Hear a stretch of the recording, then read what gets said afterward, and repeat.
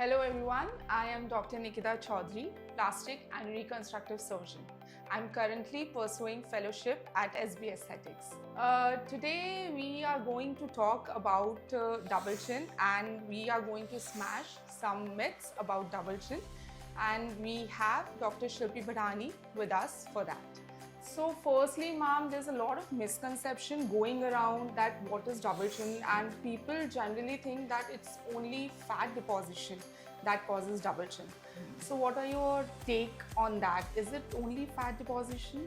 Well, I think it's a very good question to start with, because lot of patients, and you've seen during your fellowship that so many patients will say, "Doctor, I have this, take out some fat from here."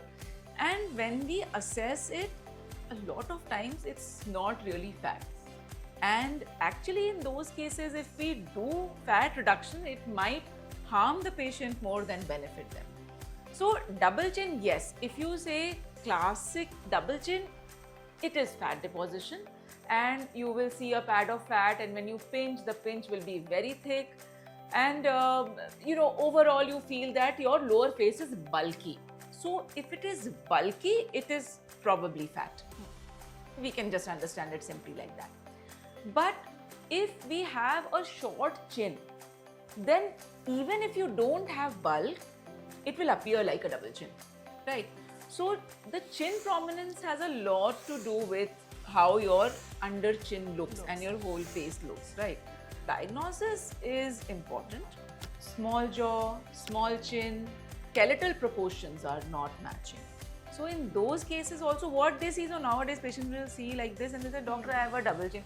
They all are seeing their phones from underneath, and if you see from here, a lot of us will have double chin.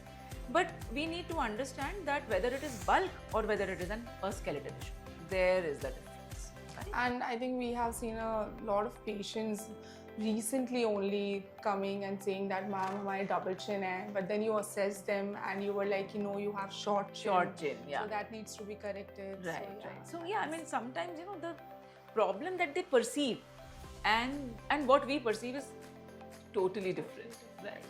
A lot of viral videos are going on about face yoga.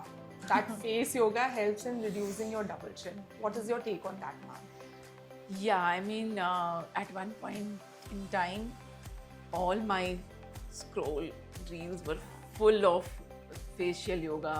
But see, facial yoga, as in when they're doing such extreme movements like clenching their jaws and a lot of other kinds of movements, see, it will help with toning up your muscles probably.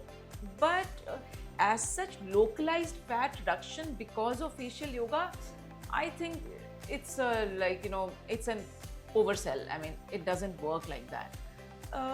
But yes, I mean, in general, if you're taking care of your diet, of your lifestyle, if you're in general losing weight, then yes, you get a sharper jawline, you get a chiseled jawline, and your bony prominences, they start showing, and people feel that the jawline has become sharper. Yeah, so that does happen, but not from facial yoga alone. So ma'am, recently हमने 10 दिन पहले एक case किया था double chin liposuction. तो patient के पास time बहुत कम था, तो she had to leave the next day. उनको अपने घर जाना था. तो ऐसे पेशेंट से आप कैसे डील करते हैं, and how do you explain them कि what is the recovery time and what is the timeline for the same? Yeah, I think it's a very good question, and I remember this patient very clearly.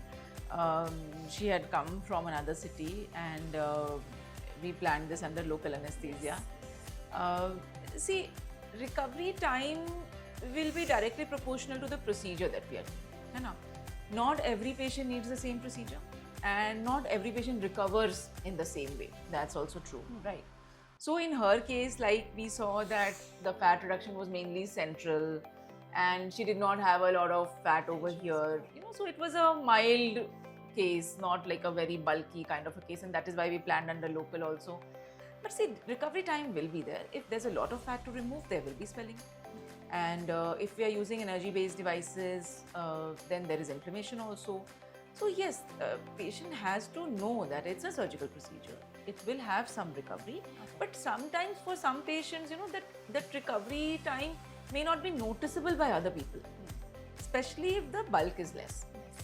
But yeah, I mean, we need to counsel them that they will need to keep aside time, and you can't have a double chin procedure today and you want to attend some event tomorrow. So that should not be done. But yeah, I mean, recovery time is manageable, maybe a week or so. What are the non-surgical options available for double chin? And is it permanent? And what is the downtime for it? So let's just break this into two parts. Non-surgical options for fat loss and non-surgical options if you don't want a bone surgery. So if you have fat and you don't want surgery like a liposuction, then there are several non-invasive methods. For example, we have the microlift, from which we melt the fat and the skin also gets tightened, and gradually once the inflammation settles down, you start seeing the improvement and the double chin is reduced a lot. Then there's the option of fat freezing, which is popularly called cool sculpting. So that's also there, but not everybody is a candidate for that, and we need to make our selections. The third option on my list would be fat loss injections. So lipolytic injections, and again they also have a downtime and you need sessions for it, right? So that would be the third option. And when we talk about non-surgical methods to enhance the jawline, that would be fillers, the most popular option and the safest also. So fillers are the option when we want to increase the chin, we want to make the jawline prominent. So obviously, yes, I mean there are very viable non-surgical options if one doesn't want to go for a surgical process.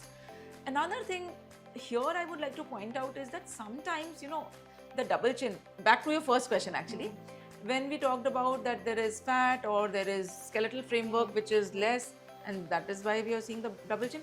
There are also cases where the skin is saggy. Yes. And they're seeing the double chin because of that, So in those cases, I believe if it's a non-surgical option they want to opt for, then thread lift is a good option in the right hands. Not everyone has the same result with a thread lift. It's a very user dependent process. The surgical option for all these would be, for fat it is liposuction, for the jaw it is surgery, whether implant or genoplasty or whatever. And the third is obviously if you are having sagging skin, then it has to be a facelift which will take care of the excess skin. Also, ma'am, I wanted to ask about in all this scenario, where does deep plane neck lift stand, and does it have a role to play in double chin? So you've asked a question like a plastic surgeon now. So okay, I'll try to make this simple. Yes, deep plane neck lift definitely has a role. And when we are seeing this area, it is basically this angle which is very important. It's called the cervicomental angle. And if the cervicomental angle is not sharp and the depth from the chin to this area is not much, and we see a lot of neck deep tissues which are filling this area, then there is a role of a deep plane neck lift.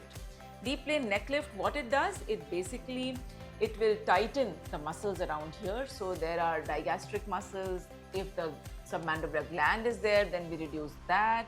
We bring these muscles together, the platysma muscles. So all in all, that gives a depth to this region, and that makes the double chin less prominent. So yes, I mean the problem is a common problem, double chin. But when we analyze, it becomes like, we have to analyze all these things before we jump to a conclusion as to what is the right procedure for the patient. Thank you, ma'am. That was a lot of information about double chin, and I think I need a lot of time to process it, and even the audience need a lot of time to process it. So today we have busted a lot of myths about double chin. So in case you have any doubts or any queries, you can comment under the video, and do not forget to share, like and subscribe. Thank you.